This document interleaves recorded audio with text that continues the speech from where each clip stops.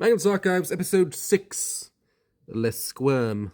It's just all inside jokes. If you listen to it again after you've gotten, like, a bit further into the series, and you listen again, you're just like, oh, wow, okay. Clearly they had all of season 1 at least planned out, if not all necessarily written, by the point that they were writing and recording episode 6, because, oh, the way she writhed against me. Oh, really? This is also the introduction of Jane Prentice. So spoilers, I think, for all of these. But yeah, so Lady turns into worms.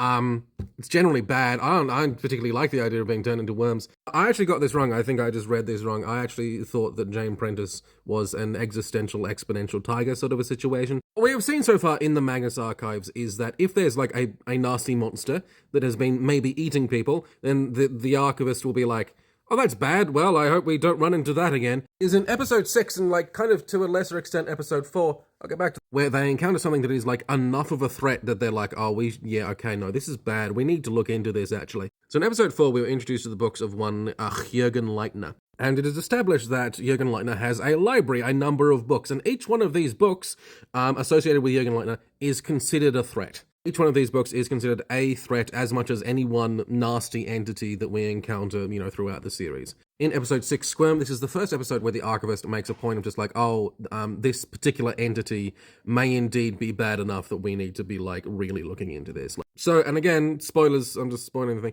The young lady in Squirm has been infected by some squirmy wormies, and she is then kind of turned into worms. And I forget whether or not the fellow that was giving a statement was also infected and also got wormified. Now, I had thought until this point that anyone who gets wormed then gets, like, turned into a zombie colony of the worms and becomes as much a threat as Jane Prentice. Not necessarily. They kind of just, as far as I can tell, get turned into worms rather than a host for the worms.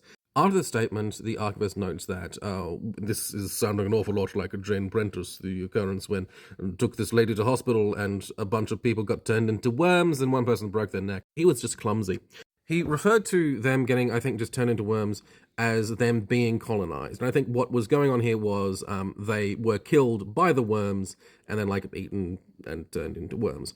I thought that meant that they were then, zombified and turned into a living hive like Jane Prentice is established to be. I don't think that is correct, though. From a worldbuilding perspective, this does do a really good job of, like, explaining, no, not really explaining, but indicating what it is that the Magnus Archives considers something worthy of genuine concern. Like, a nasty, spooky monster that has maybe or maybe not eaten, like, 6 people over the course of a year.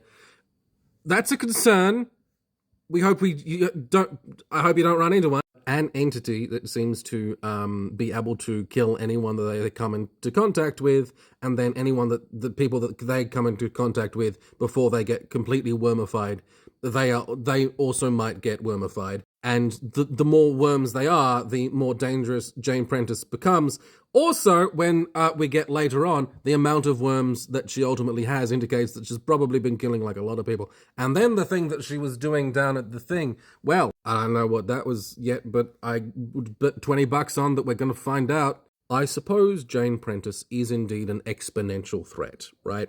My point with this was I assumed that Jane Prentice was going to be like an existential threat. Like, if we don't deal with this soon enough, then this is going to be like a humanity-ending sort of a situation. No, it certainly was if we don't deal with this fast enough, it's going to be an us-ending situation. I get the feeling that one of those is probably going to show up. It's the difference between hey, we definitely need to get some extra security, and hey, I think this is the part where we nuke London. Now, I should have said at the beginning of the video, this is the first episode where we're getting a hint, an actual look into the kinds of things that are going on in the present, in the actual... Well, we have the whole idea of the reading the statements and the archivists and the researchers and so on as being both framing device and story itself. This is the first actual look at kind of the starts of the story itself within the framing device. The story itself is also pretty good. It does it all at once. And it does the great thing of, I think, with the majority of episodes, we're still kind of left wondering, did something spooky actually happen, or did it not happen? Later, we're confirmed that, as, I shouldn't spoil it. I assume if you're watching this video all this way through, you've probably gotten that far. Anyway, for a lot of them, we're left wondering whether or not something spooky happened. This is one of those cases where he's like, well, look, I may have done a party drug or two in my time, but then when it gets to the end of the statement, and Johnny Boy is just like, No, this actually sounds a lot like that Jane Prentice sort of a situation. This could be actually quite bad. It's a great position for the audience if you're listening to it for the first time to go, oh, we're concerned about this? Oh, we're concerned about this. All right, damn. I haven't been giving these like a number rating or anything like that, but like this is at least a 9 out of 10.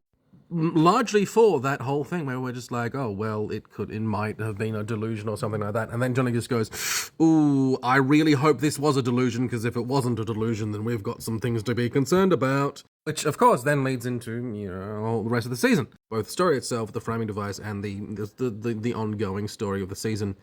They're all doing their job, and they're doing it right, and they're meshing together in exactly the right way, which some of the episodes don't, I would argue, don't. Nah, good episode. Good episode.